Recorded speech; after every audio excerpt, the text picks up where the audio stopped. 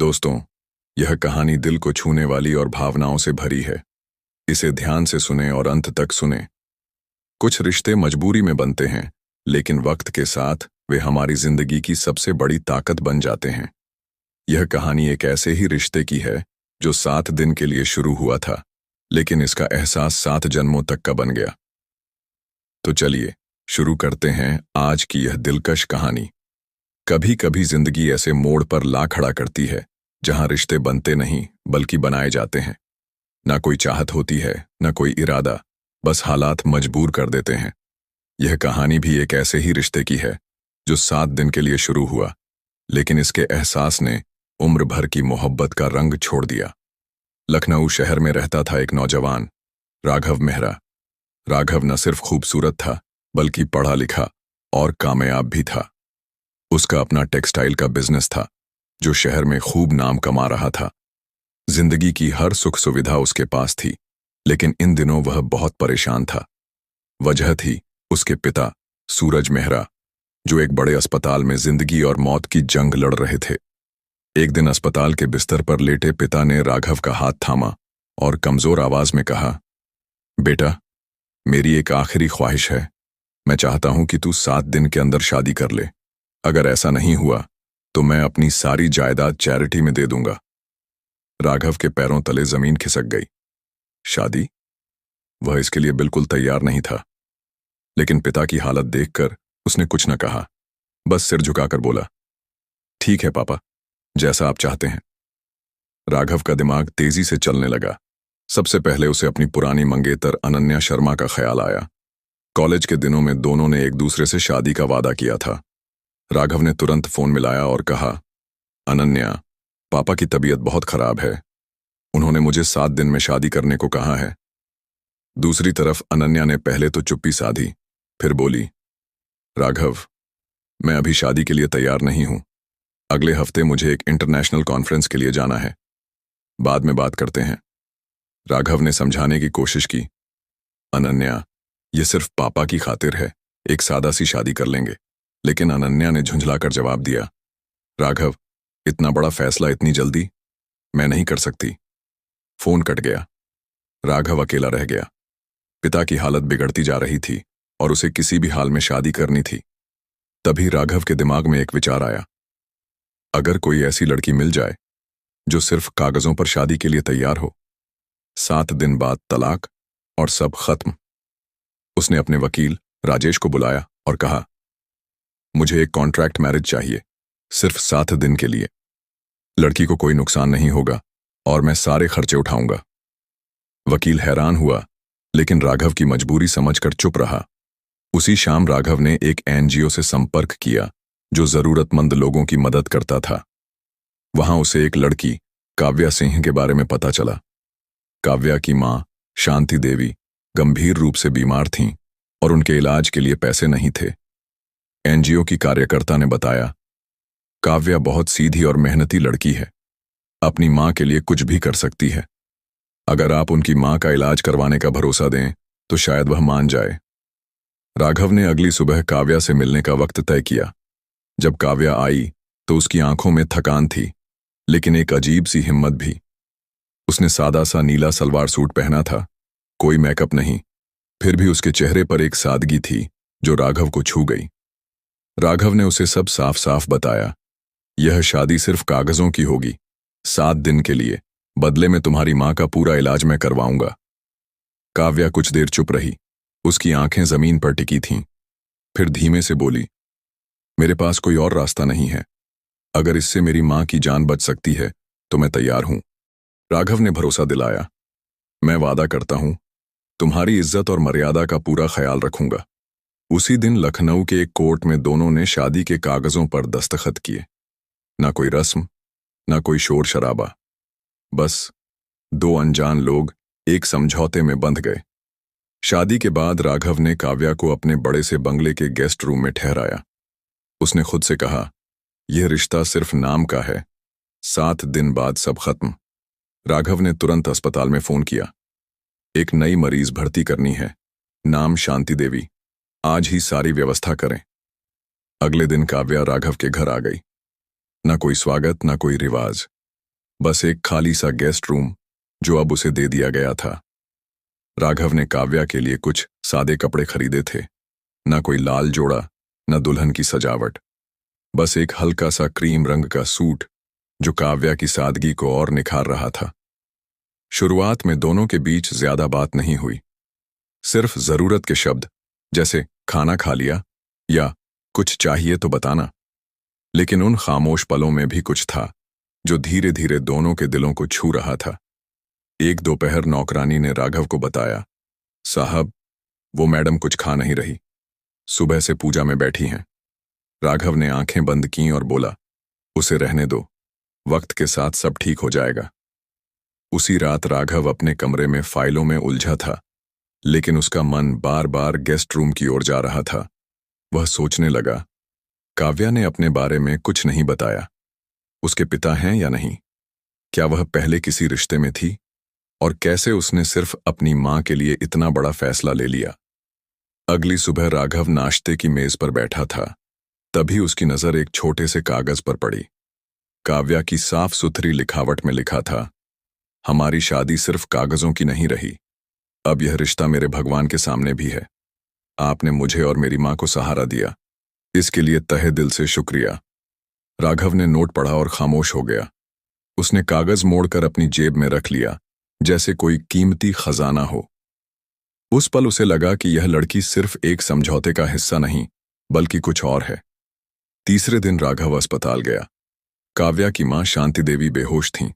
उनका चेहरा थका हुआ था, लेकिन आंखें बंद होने के बावजूद जैसे बहुत कुछ कह रही थीं। काव्या उनकी बगल में बैठी थी, उनका हाथ थामे। राघव के आने पर उसने सिर्फ हल्के से मुस्कुराया, न कोई शिकायत, न कोई सवाल। राघव चुपचाप कुछ देर वहां बैठा, फिर लौट आया। शाम को बारिश होने लगी। राघव बालकनी में खड़ा था, तभी उसकी नजर काव्या के कमरे की खिड़की पर पड़ी, जहां से पूजा की दीपक की रोशनी बाहर आ रही थी। वह अंदर जाना चाहता था, लेकिन कोई अनजानी सी दीवार उसे रोक रही थी। चौथे दिन नौकरानी ने फिर बताया, मैडम रोज सुबह जल्दी उठती हैं, पूजा करती हैं और कुछ नहीं मांगती, बस भगवान को धन्यवाद देती हैं। राघव अखबार पढ़ रहा था, लेकिन ये शब्द उसके दिल में अटक गए। धन्यवाद? एक लड़की जिसने अपनी मां को बचाने के लिए अपनी जिंदगी का सबसे बड़ा फैसला लिया, वह भगवान को धन्यवाद दे रही है। उसी दिन राघव ऑफिस से जल्दी लौटा। बाहर हल्की बारिश थी। काव्या के कमरे के पास से गुजरते वक्त उसने देखा कि खिड़की से रोशनी आ रही थी। दरवाजा खुला था। वह धीरे से अंदर गया। काव्या पूजा में बैठी थी, हाथ जोड़े, आंखें बंद और चेहरा शांत। राघव वहीं रुक गया। पहली बार उसने काव्या को इतने गौर से देखा। उसका चेहरा मासूमियत और सुकून से भरा था। राघव ने धीमे से कहा, सचमुच दिलचस्प, और चुपचाप लौट आया। अगले दिन शाम को बिजली चली गई। राघव टॉर्च लेकर घर का सिस्टम चेक कर रहा था। लौटते वक्त वह काव्या के कमरे के पास से गुजरा। खिड़की से चांदनी की रोशनी आ रही थी। दरवाजे पर हल्की सी खुशबू थी, शायद अगरबत्ती की। राघव ने देखा कि काव्या एक छोटी सी मेज पर बैठी थी, किताब पढ़ रही थी। पास में 2 कप चाय रखे थे। राघव कुछ देर खड़ा रहा, फिर चुपचाप जाकर बैठ गया। काव्या ने हल्के से पूछा, आज जल्दी आ गए? राघव ने सिर हिलाया। बारिश की वजह से काम रुक गया। काव्या ने चाय की ट्रे उसकी ओर बढ़ाई। थोड़ा गर्म पी लीजिए, नहीं तो तबीयत खराब हो जाएगी। राघव ने चाय ली और एक घूंट पिया। चाय में कोई खास स्वाद नहीं था, लेकिन उस पल में कुछ खास था। शायद यह कि किसी ने उसके लिए सोचा था। अगले दिन नौकरानी ने बताया कि काव्या रोज सुबह राघव के लिए टिफिन तैयार करती है, लेकिन कुछ कहती नहीं। राघव को याद आया कि पिछले 3 दिन से जो टिफिन वह ऑफिस ले जा रहा था, उसमें उसकी पसंद की चीजें थीं। पहले उसे लगा कि यह संयोग है, लेकिन अब एहसास हुआ कि काव्या उसे समझने लगी है। एक शाम राघव बालकनी में खड़ा था। बारिश रुक चुकी थी, लेकिन मन में कुछ उथल-पुथल थी। तभी पीछे से काव्या की आवाज आई, बारिश के बाद की हवा कितनी ताजा लगती है ना? राघव ने मुड़कर देखा। काव्या थी। वह पास आई और बोली, कुछ रिश्ते बारिश की तरह होते हैं, जब बरसते हैं तो कुछ न कुछ बहा ले जाते हैं। राघव ने मुस्कुराकर कहा, और कभी कभी कुछ नया भी छोड़ जाते हैं।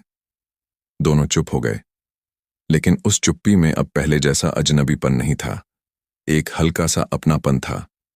उस रात राघव ने अपनी डायरी खोली और लिखा, यह लड़की चुप रहती है, लेकिन उसकी चुप्पी बहुत कुछ कहती है।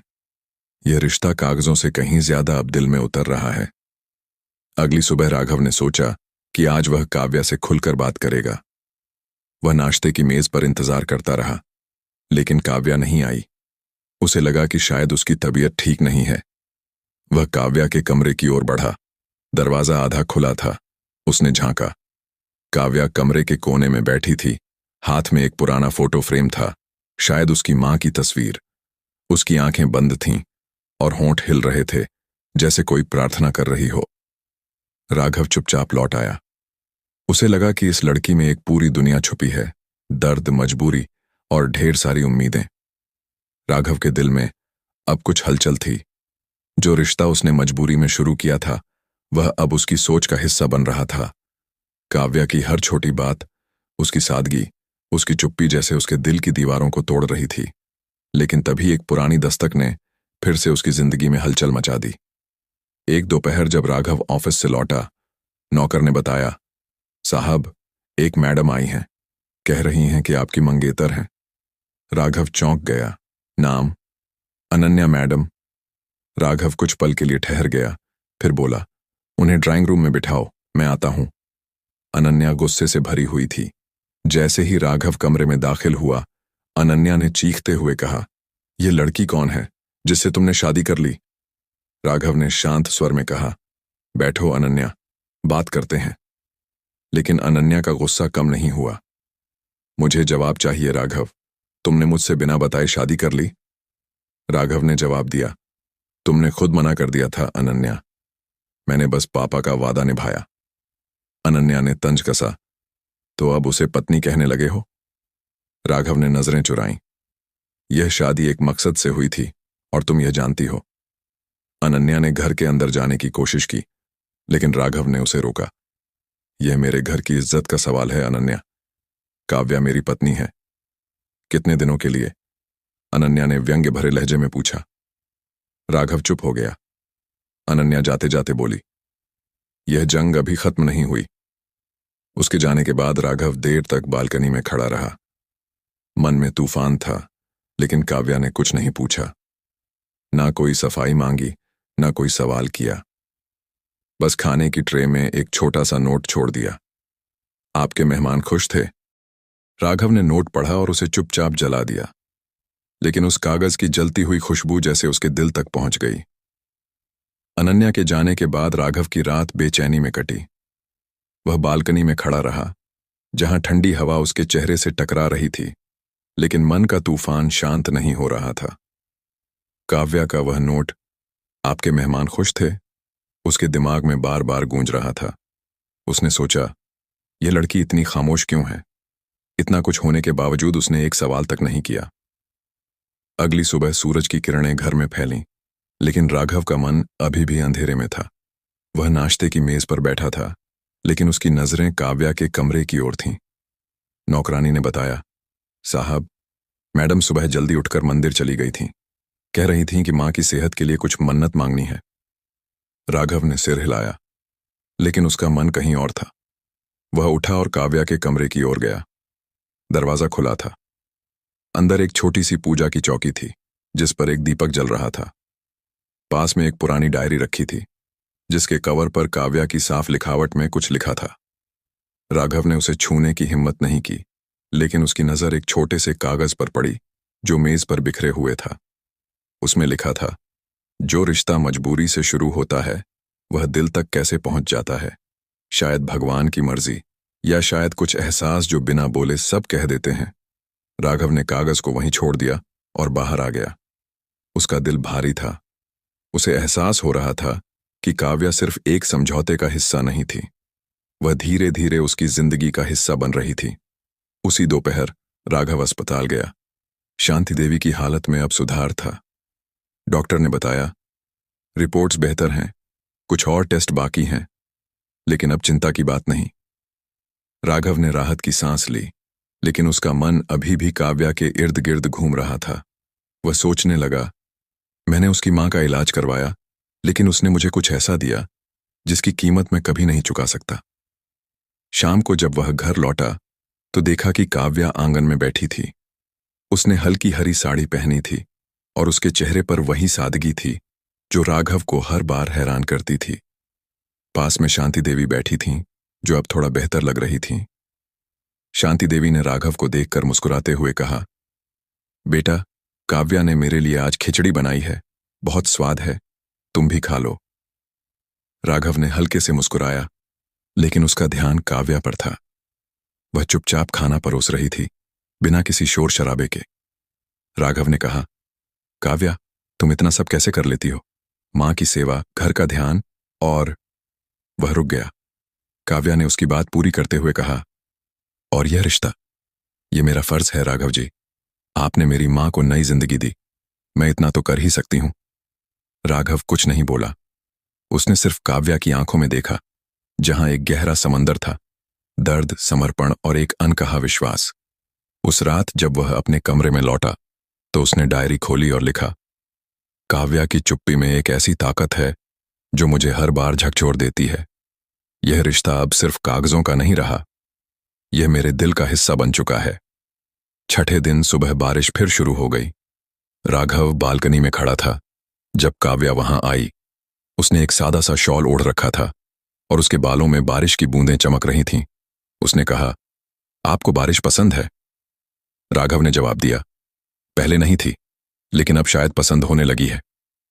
काव्या ने हल्के से मुस्कुराया और बोली, बारिश में कुछ खास है। ये सब कुछ धो देती है, लेकिन कुछ नया भी दे जाती है। राघव ने उसकी बात को गौर से सुना।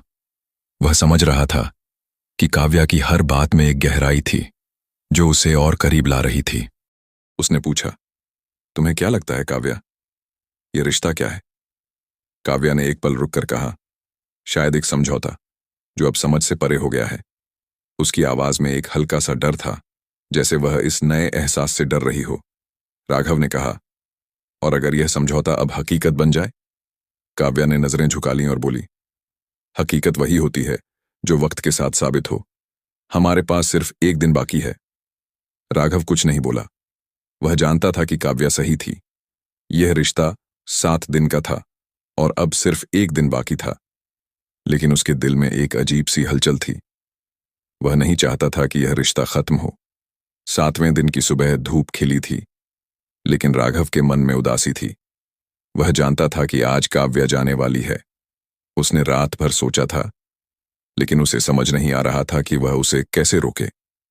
कमरे में रखी हर चीज में काव्या की मौजूदगी थी। वह चाय का कप, वह सैंडल और वह छोटा सा नोट जो उसने पहली बार लिखा था। राघव बालकनी में खड़ा था जब उसने देखा कि काव्या आंगन में अपनी मां के साथ बैठी थी। उसने एक छोटा सा बैग पैक किया हुआ था। वह शांति देवी के पैर छू रही थी और उसका चेहरा शांत था। ना कोई शिकायत, ना कोई सवाल।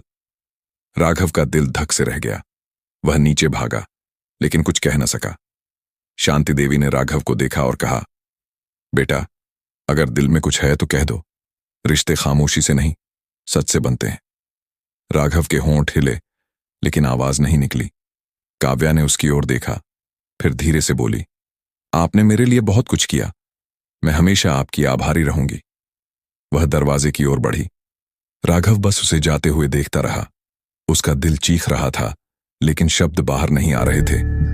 तभी शांति देवी ने कहा, सच और प्यार को रोका नहीं जाता बेटा, वह खुद लौट आता है। राघव के दिमाग में एक तूफान सा उठा। वह अपने कमरे में गया, डायरी खोली और उसमें से एक कागज फाड़ा। यह वही कागज था जिसमें कॉन्ट्रैक्ट मैरिज की शर्तें लिखी थीं। उसने उसे जेब में डाला और कार लेकर निकल पड़ा। वह काव्या को ढूंढने के लिए शहर के हर कोने में गया। ऑटो वालों से पूछा, बस स्टैंड पर चक्कर लगाए, लेकिन काव्या कहीं नहीं मिली। आखिरकार वह रेलवे स्टेशन पहुंचा। वहां हर चेहरे को गौर से देखा, लेकिन काव्या नहीं दिखी। थक कर वह एक बेंच पर बैठ गया। उसने आंखें बंद की और काव्या को याद किया। उसकी मुस्कान, उसका पहला धन्यवाद और वह चाय का कप जिसमें बिना बोले इतना कुछ कहा गया था। तभी एक बच्चे की आवाज सुनाई दी, दीदी, पानी ले लो। राघव ने आंखें खोलीं। दूर एक छोटी सी दुकान के पास नीली साड़ी में एक लड़की खड़ी थी, कंधे पर बैग और चेहरे पर वही सादगी। हाँ, वह काव्या थी। राघव उठ खड़ा हुआ और दौड़कर उसके पास गया। काव्या, रुक जाओ, उसने पुकारा। काव्या चौंक गई। आप यहां? राघव ने हाँफते हुए कहा। मुझे तुमसे बात करनी है, बस एक आखिरी बात। उसने जेब से कागज निकाला और कहा, यह वह कागज है जिसमें हमारा रिश्ता 7 दिन का था। मैंने इसे फाड़ दिया क्योंकि यह रिश्ता अब मेरे दिल में है, कागजों पर नहीं। काव्या की आंखें भर आईं। उसने धीरे से कहा, हम तो सिर्फ एक समझौते में बंधे थे। राघव ने जवाब दिया, कभी कभी समझौते सच्चे रिश्तों का रास्ता बन जाते हैं। मैंने वक्त लिया, लेकिन अब समझ गया, तुम मेरी जिंदगी की सबसे बड़ी जरूरत हो। काव्या की आंखों में आंसू थे। अगर मैं कहूं कि मैं भी रुकना चाहती थी, लेकिन डर थी कि कहीं यह सब सिर्फ एक एहसान ना हो। राघव ने उसका हाथ थामा और कहा, यह एहसान नहीं, हमारा सच है। चलो, एक बार फिर से, लेकिन इस बार बिना किसी शर्त के। काव्या की आंखों में आंसुओं के साथ एक हल्की सी मुस्कान थी। राघव का हाथ थामे वह स्टेशन की भीड़ में खड़ी थी और उस पल में ऐसा लगा जैसे समय ठहर गया हो। राघव ने कहा, काव्या, अब कोई शर्त नहीं, यह रिश्ता अब हमारा है, हमेशा के लिए। काव्या ने कुछ पल चुप रहकर उसकी आंखों में देखा, फिर धीरे से बोली, राघव जी, क्या आप सचमुच इतने बड़े फैसले के लिए तैयार हैं? मेरी जिंदगी में कुछ ऐसा है जो मैंने आपको नहीं बताया। राघव चौंक गया। उसकी आवाज में एक गंभीरता थी जो अब तक नहीं दिखी थी। उसने पूछा, क्या बात है काव्या, तुम मुझसे कुछ छुपा रही हो? काव्या ने नजरें झुकाईं और कहा, यह रिश्ता शुरू होने से पहले मेरी जिंदगी में एक और वादा था, एक ऐसी सच्चाई जो शायद सब कुछ बदल दे। राघव का दिल तेजी से धड़कने लगा। उसने काव्या का हाथ और मजबूती से थामा और कहा, बताओ काव्या, जो भी हो, मैं सुनना चाहता हूं। काव्या ने एक गहरी सांस ली और बोली, मेरी मां के इलाज से पहले मैंने एक वादा किया था। मेरे गांव में एक शख्स, विक्रम, ने मेरी मां के इलाज के लिए पैसे दिए थे। बदले में मैंने वादा किया था कि अगर मां ठीक हो गई तो मैं उससे शादी करूंगी। लेकिन जब आपके साथ ये कॉन्ट्रैक्ट मैरिज हुई, मैंने सोचा कि यह सिर्फ 7 दिन की बात है। मैंने विक्रम को कुछ नहीं बताया। राघव स्तब्ध रह गया। उसका दिमाग तेजी से चलने लगा। विक्रम? वह कौन है और तुमने मुझे यह क्यों नहीं बताया? काव्या की आवाज कांप रही थी। मैं डर रही थी राघव जी, आपने मेरी मां की जान बचाई। मैं आपका एहसान कैसे भूल सकती थी? लेकिन विक्रम, वह मुझसे मिलने लखनऊ आ रहा है। उसने कल फोन किया था। राघव का चेहरा गंभीर हो गया। वह समझ नहीं पा रहा था कि इस सच्चाई का सामना कैसे करे। उसने काव्या की आंखों में देखा और कहा, काव्या, तुमने जो किया वह अपनी मां के लिए किया, लेकिन अब तुम क्या चाहती हो? काव्या की आंखें फिर से भर आईं। मैं नहीं जानती। मैं सिर्फ इतना जानती हूं कि इन 7 दिनों में आपने मुझे वह सम्मान और अपनापन दिया जो मैंने पहले कभी नहीं महसूस किया। लेकिन विक्रम का वादा, मैं उसे तोड़ना नहीं चाहती। राघव और काव्या उस शाम घर लौटे। शांति देवी ने दोनों को देखकर मुस्कुराया, लेकिन राघव का चेहरा उदास था। उसने मां से कुछ नहीं कहा, बस अपने कमरे में चला गया। काव्या ने भी चुपचाप अपने गेस्ट रूम का रुख किया। उस रात घर में सन्नाटा था, लेकिन दोनों के दिलों में तूफान मचा हुआ था। अगली सुबह जब राघव नाश्ते की मेज पर बैठा था, नौकर ने आकर बताया, साहब, कोई विक्रम साहब आए हैं, कह रहे हैं कि काव्या मैडम से मिलना है। राघव का दिल धक से रह गया। वह उठा और ड्राइंग रूम में गया। वहां एक लंबा चौड़ा आदमी खड़ा था, जिसके चेहरे पर आत्मविश्वास और थोड़ा सा गुस्सा था। आप राघव मेहरा हैं? विक्रम ने ठंडे लहजे में पूछा। राघव ने सिर हिलाया। हाँ, और आप विक्रम? विक्रम ने हल्के से हंसकर कहा, जी, वही विक्रम जिसका हक आपने छीन लिया। राघव ने शांत स्वर में जवाब दिया, यहां कोई हक नहीं छीना गया। काव्या ने मेरे साथ शादी की, लेकिन यह एक समझौता था। विक्रम ने तंज कसा। समझौता? तो फिर काव्या मेरे पास क्यों नहीं आई? मैंने उसकी मां के लिए सब कुछ किया था। उसने मुझसे वादा किया था। तभी काव्या कमरे में दाखिल हुई। उसने सादा सा सफेद सलवार सूट पहना था और उसका चेहरा शांत लेकिन दृढ़ था। विक्रम जी, काव्या ने कहा, आपने मेरी माँ की मदद की और मैं इसके लिए हमेशा आपकी आभारी रहूंगी।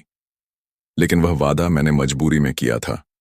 मेरे दिल में आपके लिए वह जगह नहीं है जो एक रिश्ते के लिए चाहिए। विक्रम का चेहरा लाल हो गया। तो तुम इस अमीर लड़के के साथ रहना चाहती हो, सिर्फ उसकी दौलत के लिए? राघव ने बीच में टोकते हुए कहा। विक्रम जी, काव्या ने मेरे साथ कोई लालच के लिए शादी नहीं की। ये मेरे पिता की आखिरी इच्छा थी। लेकिन इन 7 दिनों में मैंने जाना कि वह सिर्फ मेरी पत्नी नहीं, मेरे दिल का हिस्सा है। काव्या की आंखें फिर से नम हो गईं। उसने विक्रम की ओर देखा और कहा, मैं आपका वादा तोड़ रही हूं विक्रम जी, लेकिन मैं अपने दिल को नहीं तोड़ सकती। विक्रम कुछ पल खामोश रहा, फिर ठंडी सांस लेकर बोला, ठीक है काव्या, मैं तुम्हें मजबूर नहीं करूंगा, लेकिन याद रखना, यह रिश्ता तुम्हारी जिंदगी को और जटिल करेगा। यह कहकर वह चला गया। विक्रम के जाने के बाद राघव और काव्या के बीच एक अजीब सी चुप्पी थी। राघव ने काव्या से कहा, तुमने सच बोलने की हिम्मत दिखाई, लेकिन अब तुम क्या चाहती हो? काव्या ने धीरे से कहा, मैं बस इतना चाहती हूं कि मेरी मां ठीक हो जाए, और यह रिश्ता, अगर यह सच है तो इसे वक्त देना चाहती हूं। राघव ने मुस्कुराकर कहा, तो फिर इसे वक्त देते हैं, लेकिन इस बार कोई शर्त नहीं। दोनों ने एक दूसरे की ओर देखा और उस पल में एक नया विश्वास जन्म ले रहा था। लेकिन यह खुशी ज्यादा देर नहीं टिकी। उसी शाम राघव को एक फोन आया। यह उसके वकील राजेश का था। राघव, एक समस्या है। विक्रम ने कोर्ट में केस फाइल किया है। वह दावा कर रहा है कि काव्या ने उससे शादी का वादा किया था और तुमने उसे धोखे से अपने साथ रखा। वह तुम्हारी शादी को अवैध घोषित करवाना चाहता है।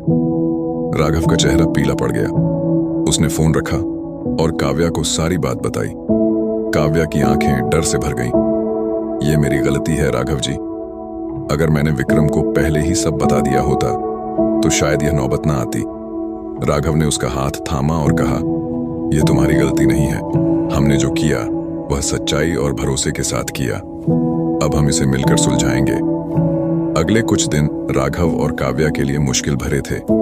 वकील ने बताया कि विक्रम के पास कुछ पुराने दस्तावेज थे जिनमें काव्या के हस्ताक्षर थे। यह एक अनौपचारिक वादा था जिसमें काव्या ने विक्रम से शादी करने की बात लिखी थी। राघव ने काव्या से पूछा, यह दस्तावेज क्या है? काव्या ने उदास स्वर में बताया, जब मां की हालत बहुत खराब थी, विक्रम ने पैसे दिए थे। बदले में उसने मुझसे एक कागज पर साइन करवाए। मैंने उस वक्त कुछ नहीं सोचा। राघव ने गहरी सांस ली और कहा, हम हार नहीं मानेंगे। यह रिश्ता अब सिर्फ कागजों का नहीं, दिल का है। उसने अपने वकील को बुलाया और हर संभव कानूनी रास्ता तलाशने को कहा। लेकिन राघव का मन अंदर ही अंदर डर रहा था। क्या वह काव्या को खो देगा?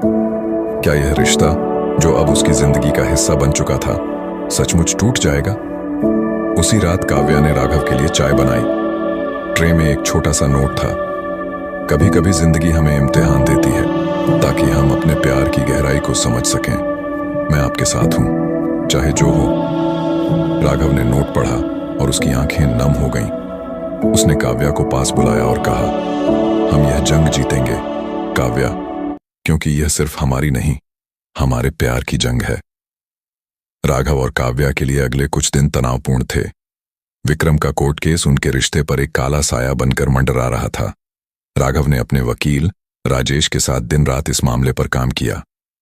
राजेश ने बताया कि विक्रम के पास काव्या के हस्ताक्षर वाला एक अनौपचारिक दस्तावेज था जो उसने मां के इलाज के लिए पैसे देने के बदले में लिया था। यह दस्तावेज भले ही कानूनी रूप से मजबूत नहीं था, लेकिन यह कोर्ट में उनके रिश्ते को सवालों के घेरे में ला सकता था। राघव ने काव्या से कहा, हमें सच के साथ खड़ा होना होगा। तुमने जो किया वह अपनी मां को बचाने के लिए किया। कोई भी कोर्ट इस बात को नजरअंदाज नहीं कर सकता। काव्या ने उदास स्वर में जवाब दिया, राघव जी, अगर मेरे कारण आपके परिवार की इज्जत को ठेस पहुंची तो मैं खुद को कभी माफ नहीं कर पाऊंगी। राघव ने उसका हाथ थामा और कहा, यह सिर्फ मेरी जंग नहीं, हमारी जंग है। हम इसे मिलकर लड़ेंगे। उसी रात जब राघव अपने कमरे में था, उसकी नजर अपनी डायरी पर पड़ी। उसने उसे खोला और लिखा, काव्या की हर खामोशी मुझे एक नई ताकत देती है। यह रिश्ता अब सिर्फ मेरा नहीं, हमारा है। चाहे कोर्ट हो या कोई और, मैं इसे टूटने नहीं दूंगा। कोर्ट की पहली सुनवाई का दिन आ गया। लखनऊ की सेशन कोर्ट में राघव और काव्या एक साथ पहुंचे। काव्या ने सादा सा नीला सलवार सूट पहना था और उसके चेहरे पर वही शांत भाव था जो राघव को हमेशा सुकून देता था, लेकिन उसकी आंखों में एक हल्का सा डर भी था। राघव ने उसका हाथ हल्के से दबाया और कहा, सच हमारा साथ देगा। विक्रम कोर्ट में अपने वकील के साथ मौजूद था। उसका चेहरा आत्मविश्वास से भरा था। विक्रम के वकील ने कोर्ट में दावा किया कि काव्या ने विक्रम से शादी का वादा किया था और राघव ने उसे धोखे से अपने साथ रखा। उन्होंने वह दस्तावेज पेश किया जिस पर काव्या के हस्ताक्षर थे। राघव का वकील राजेश ने जवाब में कहा, यह दस्तावेज एक अनौपचारिक पत्र है जिसे मजबूरी में लिखा गया था। काव्या ने अपनी मां के इलाज के लिए यह कदम उठाया, लेकिन यह कोई कानूनी अनुबंध नहीं है। जज ने दोनों पक्षों को सुना और अगली सुनवाई के लिए 1 हफ्ते का समय दिया। कोर्ट से बाहर निकलते वक्त विक्रम ने काव्या की ओर देखा और कहा, यह अब भी खत्म नहीं हुआ काव्या, तुमने मेरा भरोसा तोड़ा है। काव्या ने जवाब नहीं दिया, लेकिन राघव ने उसका कंधा थपथपाया और कहा, उसे अपनी बात कहने दे, हम सच के साथ हैं। कोर्ट केस की वजह से राघव के घर में तनाव था, लेकिन काव्या की मौजूदगी उस तनाव को हल्का कर रही थी। हर सुबह वह शांति देवी के लिए दवाइयां लाती, उनके साथ समय बिताती और राघव के लिए चाय की ट्रे में छोटे छोटे नोट छोड़ती। एक दिन उसने लिखा, जिंदगी ने हमें एक अनजान रास्ते पर ला खड़ा किया, लेकिन आपके साथ यह रास्ता अब इतना अजनबी नहीं लगता। राघव ने नोट पढ़ा और उसका दिल भर आया। उसने काव्या को बुलाया और कहा, तुम इन छोटे छोटे नोट्स में इतना कुछ कैसे कह देती हो? काव्या ने हल्के से मुस्कुराकर कहा, कभी कभी शब्दों से ज्यादा एहसास बोलते हैं। इसी बीच शांति देवी की तबीयत में और सुधार हुआ। डॉक्टर ने बताया कि वह अब पूरी तरह खतरे से बाहर हैं। काव्या की आंखें खुशी से चमक उठीं। उसने राघव का हाथ थामा और कहा, यह सब आपके कारण हुआ। अगर आप ना होते तो मां आज यहां ना होती। राघव ने जवाब दिया, और अगर तुम ना होती तो मेरी जिंदगी इतनी खूबसूरत ना होती। सुनवाई का दिन नजदीक आ रहा था। राघव और राजेश दिन रात केस की तैयारी में जुटे थे। तभी एक दिन एक अनजान नंबर से राघव को फोन आया। दूसरी तरफ एक औरत की आवाज थी। उसने कहा, मैं राधिका हूं, विक्रम की बहन, मुझे आपसे कुछ जरूरी बात करनी है। राघव चौंक गया। उसने राधिका से मिलने का समय तय किया। राधिका ने एक छोटे से कॉफी शॉप में राघव से मुलाकात की। उसने बताया, मेरा भाई विक्रम बहुत जिद्दी है। उसने काव्या को पाने की ठान ली है, लेकिन मैं जानती हूं कि वह गलत है। काव्या ने जो दस्तावेज साइन किया वह मजबूरी में था। मैं आपके और काव्या के रिश्ते को तोड़ना नहीं चाहती। राधिका ने एक पुराना पत्र राघव को दिया, जिसमें विक्रम ने खुद लिखा था कि उसने काव्या से पैसे के बदले वादा लिया था। राधिका ने कहा, यह पत्र कोर्ट में आपके काम आ सकता है। मैं नहीं चाहती कि मेरा भाई गलत रास्ते पर जाए। राघव ने राधिका का शुक्रिया अदा किया और उस पत्र को राजेश को सौंप दिया। अंतिम सुनवाई का दिन आ गया। कोर्ट में राघव और काव्या एक साथ खड़े थे। राघव के वकील ने राधिका का पत्र पेश किया और तर्क दिया कि विक्रम ने काव्या की मजबूरी का फायदा उठाने की कोशिश की थी। काव्या को भी गवाही देने का मौका मिला। उसने कोर्ट में कहा, मैंने विक्रम जी से वादा किया था, लेकिन वह मेरी मां की जान बचाने के लिए था। राघव जी ने बिना किसी शर्त के मेरी मदद की, और इन 7 दिनों में मैंने जाना कि सच्चा रिश्ता क्या होता है। जज ने दोनों पक्षों को सुना और फैसला सुनाया। काव्या और राघव की शादी कानूनी रूप से वैध है। विक्रम का दस्तावेज एक अनौपचारिक पत्र है जो मजबूरी में लिया गया था। इस केस में कोई धोखाधड़ी नहीं हुई। कोर्ट ने विक्रम के दावे को खारिज कर दिया। राघव और काव्या ने राहत की सांस ली। कोर्ट से बाहर निकलते वक्त काव्या ने राघव की ओर देखा और कहा, यह सिर्फ कोर्ट का फैसला नहीं, हमारे दिल का फैसला है। राघव ने मुस्कुराकर जवाब दिया, अब कोई कागज, कोई शर्त हमारे रिश्ते को नहीं तोड़ सकती। घर लौटने के बाद राघव ने शांति देवी को सारी बात बताई। शांति देवी ने दोनों को गले लगाया और कहा, रिश्ते वही सच्चे होते हैं जो मुश्किलों में और मजबूत हो जाएं। तुम दोनों ने एक दूसरे का साथ नहीं छोड़ा। अब यह घर पूरा है। उस शाम राघव ने अपने रिश्तेदारों को बुलाया। कोई बड़ा समारोह नहीं था, बस एक सादा सा आयोजन। राघव ने सबके सामने कहा, काव्या मेरी पत्नी है, न सिर्फ कागजों पर बल्कि मेरे दिल और मेरी जिंदगी में। काव्या की आंखें नम थीं, लेकिन उसकी मुस्कान में एक गहरा सुकून था। रात को राघव और काव्या बालकनी में बैठे थे।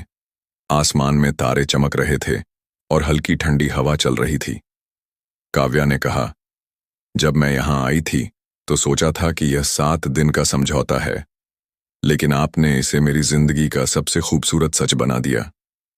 राघव ने उसका हाथ थामा और कहा, और तुमने मुझे सिखाया कि प्यार शब्दों में नहीं, एहसासों में बसता है। कुछ महीनों बाद शांति देवी पूरी तरह ठीक हो गईं। राघव और काव्या ने अपने घर को एक नया रूप दिया। काव्या ने आंगन में एक छोटा सा गुलाब का बगीचा लगाया और हर सुबह वह राघव के लिए चाय की ट्रे में एक ताजा गुलाब रखती। राघव की डायरी अब हर पन्ने पर काव्या के नाम से भरी थी। उनका रिश्ता, जो एक मजबूरी से शुरू हुआ था, अब एक ऐसी मिसाल बन गया था जो लखनऊ के गलियारों में लोग आपस में सुनाते थे। यह कहानी सिखाती है कि सच्चा प्यार वही है जो बिना शर्त, बिना अपेक्षा के फलता फूलता है। राघव और काव्या ने साबित कर दिया कि जब दिल और दिमाग टकराते हैं तो हमेशा दिल की सुननी चाहिए, क्योंकि दिमाग हिसाब रखता है लेकिन दिल